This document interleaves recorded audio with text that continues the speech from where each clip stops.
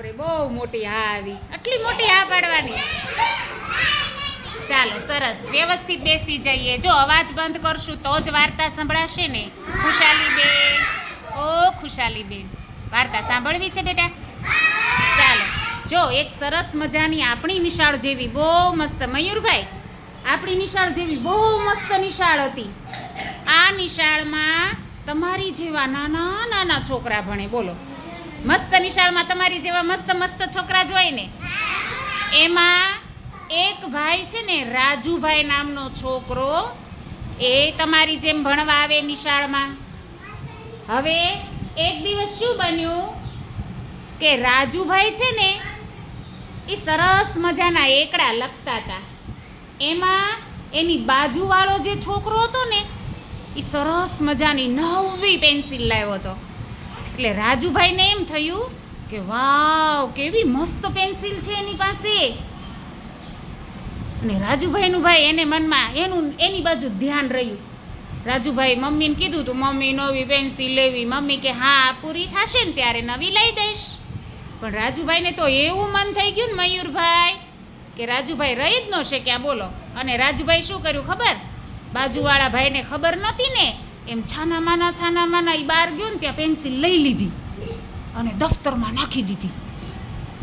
પછી ઓલા ભાઈ બહારથી અંદર આવ્યા ને, તો એણે જોયું કે લે, મારી પેન્સિલ તો ખોવાઈ ગઈ છે. ટીચર, મારી પેન્સિલ ખોવાઈ ગઈ. ટીચર કે કોણે લીધી છે, આપી દ્યો. ત્યાં તો બધા કે નહીં, અમે નથી લીધી. ટીચરે પૂછ્યું આજુબાજુવાળા બધા, જોવો તમારા દફતરમાં નથી પડી ને? નહીં ટીચર, અમારી પાસે નથી. રાજુભાઈ કે અમારી પાસે નથી. બોલો. પછી તો બધે જોયું પણ ક્યાંય મળીને, એટલે ટીચરને એમ થયું કે હમણાં જ હતી ને હમણાં ક્યાં ગાયબ થઈ ગઈ. લાવો દફતર ચેક કરીએ. ત્યાં તો રાજુભાઈના દફતરમાંથી નીકળી. એટલે ટીચર કે કેમ રાજુ, હમણાં મેં તને પૂછ્યું તું તારી પેન્સિલ તે લીધી છે, તો તે કેમ ના પાડી? ટીચર મને નથી ખબર, મેં તો લીધી નથી. મારા દફતરમાં ક્યાંથી આવી ગઈ મને શું ખબર, કોકે નાખી દીધી હશે. એમાંય રાજુભાઈ ખોટું બોલ્યા. પેન્સિલ લઈ લીધી તો એમાંય ખોટું બોલ્યા. ક્યાંથી આવી તો એમાંય ખોટું બોલ્યા. પછી ટીચરે કીધું જો રાજુ, હવે ધ્યાન રાખજે, આવું ન થાય. વળી 4-5 દિવસ થયા ને, સરસ મજાનું બધા લખતા હતા, વાંચતા હતા. એમાં એક છોકરા પાસે મસ્તીનું ઇરેઝર હતું, ચેક રબર. તો રાજુભાઈને પાછું એમ થયું કે આ તો કેવું સરસ છે, લાઈને હું લઈ લઉં. એને નહોતું લેવું ને તો એને બહુ મન થઈ ગયું અંદરથી, લાઈ લઈ લઉં. જો મમ્મીએ ના પાડી હતી કોઈની વસ્તુ લેવાની નહીં, પણ રાજુભાઈને એટલી બધી ગમી ગઈ ને કે રાજુભાઈ છાનામાના લઈ લીધી. વળી થોડી વાર થઈને તો ઓલો છોકરો ગોતતો હતો ને, ટીચર મારું ચેક રબર નથી મળતું. પાછું બધાએ ચેક કર્યું, ક્યાંય ન મળ્યું. ટીચરે કીધું ચાલો તમારા દફતરમાં ચેક કરી લ્યો, કોઈએ નાખી નથી દીધું ને ભૂલમાં? ત્યાં તો બધા કે નહીં. પછી પાછું કેટલું ગોત્યું તોય મળ્યું ને, એટલે ટીચરે દફતર ચેક કર્યા. ત્યાં તો ક્યાંથી નીકળ્યું? રાજુભાઈના દફતરમાંથી. કેમ રાજુ? ટીચર મેં કંઈ નહોતું લીધું, મને નથી ખબર. મારા દફતરમાં મેં કેમ આવ્યું મને નથી ખબર. ટીચર કે રાજુ, તારા દફતરમાં કોઈ કેમ નાખી દે છે? ટીચર મને નથી ખબર. પાછા રાજુભાઈ ખોટું બોલ્યા. પછી ટીચરને એમ થયું કે રાજુભાઈ 2 વાર આવું કર્યું છે ને, લાવો આપણે રાજુભાઈના મમ્મીને બોલાવીએ અને એને કહીએ કે જો રાજુભાઈનું ધ્યાન રાખો, આવું કરે છે. એટલે ટીચરે ભાઈ ચિઠ્ઠી લખી દીધી, રાજુભાઈ તમારા મમ્મીને બચાવજો. એટલે રાજુભાઈ કે હા ટીચર. ચિઠ્ઠી લઈ ગયા, ઘરે ગયા. જો ઘરે કોઈ વસ્તુ લઈને જાય ને તોય મમ્મી પૂછે કોની વસ્તુ છે, આ ક્યાંથી લાવ્યો, કોણે આપી? તો તરત રાજુભાઈ શું કે ખબર છે? મમ્મી છે ને ઓલો મારો ભાઈબંધ છે ને એની પાસે 2 હતું ને તો એક મને આપ્યું. તો મમ્મી કે સારું, કાલ પાછો આપી દેજે. મમ્મીને ન ગમે ને આપણે કોઈની વસ્તુ લઈને જઈએ. તમારા મમ્મીને ગમે છે? આપણે કોઈની વસ્તુ લઈને ઘરે જઈએ ને તો મમ્મી તરત એમ કે આપી દેજે જેની હોય એને, એવું કહે છે ને. એટલે રાજુભાઈ તો ભાઈ આવી રીતે બધી વસ્તુમાં ખોટું બોલે. મમ્મીએ જે કીધું હોય ને એમાંય ખોટું બોલે કે મને. એટલે પછી રાજુભાઈ રોજ આવું કરવા માંડ્યા એટલે ટીચરે ચિઠ્ઠી લખીને તો એક દિવસ શું થયું, એના મમ્મી સ્કૂલે ગયા. કેમ ટીચર, શું કામ હતું? ટીચર કે રાજુભાઈ આવી રીતે કરે છે. એના મમ્મી કે જો ટીચર, હું તો બધી વસ્તુ જે કોઈ લાવ્યો હોય ને પાછી મોકલાઈ દઉં છું, પણ છતાં આવું કરે છે તો હવે આપણે થોડુંક ધ્યાન રાખશું. પણ આખા રૂમમાં બધાએ શું કરી દીધું ખબર છે? જ્યારે ને ત્યારે રાજુભાઈ બધાની વસ્તુ લઈ લે ને એટલે બધા છોકરાએ એનું નામ શું પાડ્યું? ખોટા બોલો રાજુ.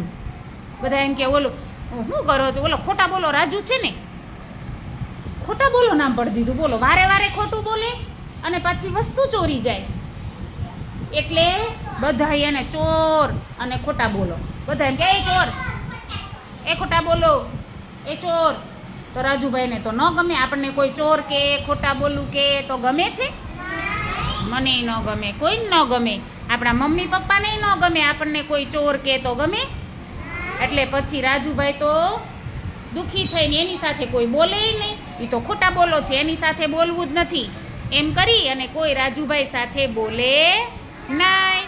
હવે એવું શું થયું, એક દિવસ પ્રગતિબેન, પ્રાર્થનાબેન, શું થયું ખબર છે? એક દિવસ રાજુભાઈ સ્કૂલેથી ઘેરે આવ્યા અને ઘેરે આવીને દફતર મૂકી અને હાથ પગ ધોઈ કપડાં બદલ્યા અને મમ્મીએ કીધું કે રાજુ, આજ તો તારે જાજુ લેશન હશે ને? હા મમ્મી. તો એક કામ કર, તું રૂમમાં જઈને લેશન કર, હું તારી માટે રૂમમાં જ નાસ્તો લાવીશ. રાજુ કે હા મમ્મી. રાજુભાઈ તો દફતર લઈને જેવા રૂમમાં ગયા ને ત્યાં તો રૂમનો દરવાજો ખોલ્યો ને ત્યાં તો મમ્મી એમ જોરથી રાડ પાડી. એટલે એના મમ્મી કે રાજુ, શું થયું? શું છે? કેમ રાડો નાખે છો? મમ્મી, રૂમમાં વાઘ છે. એના મમ્મી કે હે ભગવાન, આ છોકરાએ તો હદ કરી છે ખોટું બોલવાની. ક્યાંય રૂમમાં વાઘ હોય? આપણા ઘરમાં ક્યાંય વાઘ આવે? પાળેલો હોય તો જ હોય ને કોઈ વાઘ પાળે? એલા રાજુ, હવે ખોટું બોલવાનું બંધ કરી દે અને જા છાનો માનો લેશન કરવા માંડ. લેશન નહીં કરવાના બાના બતાવ્યા રાખે છો એમ કરીને મમ્મી ખીજાણ. મમ્મી, હું સાચું બોલું છું મમ્મી. મમ્મી કે તું બહુ ખોટું બોલ છો, તારું કોઈ સાચું માને નહીં. જા લખવા માંડ છાનો માનો એમ કરીને પાછો રાજુને મોકલી દીધો. રાજુ તો રોતો રોતો ગયો. થોડી વાર થઈને એટલે મમ્મીને એમ થયું કે લખે છે કે આળસુડો બેઠો છે, લાય જોવા દે એમ કરી અને મમ્મી નાસ્તાનું ડીશ લઈ અને જેવા રૂમમાં ગયા ને ત્યાં તો મમ્મીએ દરવાજો ખોલ્યો. હા ઓય માં, હું હતું રૂમમાં? વાઘ. હે ભગવાન, મારો રાજુ. મમ્મી, એ બા, એ પપ્પા, અહીંયા આવો એમ કરીને એના બા ને દાદા ને બધાને બોલાવ્યા. ઓલા બધા કે શું છે? સાચીને આપણા ઘરમાં સાચું વાઘ આવી ગયો છે. તો બધા રાડું નાખવા માંડ્યા, વાઘ ક્યાંથી આવ્યો? અને રાજુના મમ્મી તો રોવે રોવે, મારો રાજુ, મારો રાજુ, મારો રાજુને વાઘ ખાઈ ગયો. એ ભગવાન, મારો રાજુ સાચું બોલતો હતો, મેં માન્યું નહીં. એમાં મમ્મી રોવે રોવે. ત્યાં તો દોડા એના પપ્પા આવ્યા ને શું થયું, શું થયું? આપણા રાજુને વાઘ ખાઈ ગયો. એના પપ્પા કે શાંતિ રાખ, એને રૂમમાં હળુક દન ડોકાણું તો ક્યાંય રાજુ દેખાણો નહીં, પણ વાઘે મારીને ખાધું હોય તો કપડાં, લોહી બધું પડ્યું હોય ને, એટલે એના પપ્પા કે શાંતિ રાખ, તું શાંતિ રાખ, એવું કાંઈ થયું નથી. તો મારો રાજુ ક્યાં ગયો? મારો રાજુ. એના પપ્પા કે હાલો ગોતીએ. રૂમનો દરવાજો બંધ કરી દીધો, વાઘને પૂરી દીધો અને બે બધા રૂમમાં ગોતવા માંડ્યા તો રાજુ ક્યાંય દેખાણો નહીં. એના મમ્મી તો રોવે રોવે, દાદી રોવા માંડ્યા. ત્યાં દરવાજે ખાટ ખાટ ખાટ એવો અવાજ આવ્યો એટલે એના પપ્પા દરવાજો ખોલવા ગયા. કોણ હશે ત્યારે એમ કરીને જોવા ગયા ને ત્યાં તો એક પોલીસ ને 2-3 માણસો ને ઊભેલા. એ કે બોલો ભાઈ.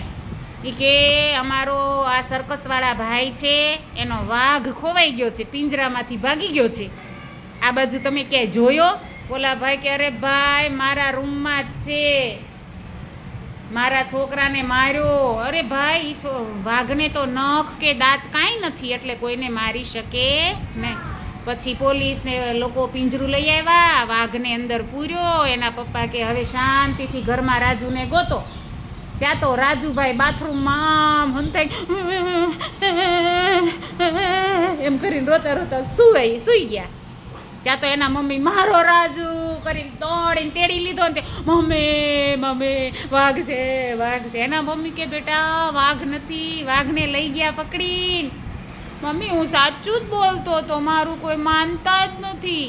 તો એના મમ્મી કે જો બેટા એકવાર આપણે ખોટું બોલીએ ને તો પછી બીજી વાર આપણી કોઈ વાત સાચી માને નહીં.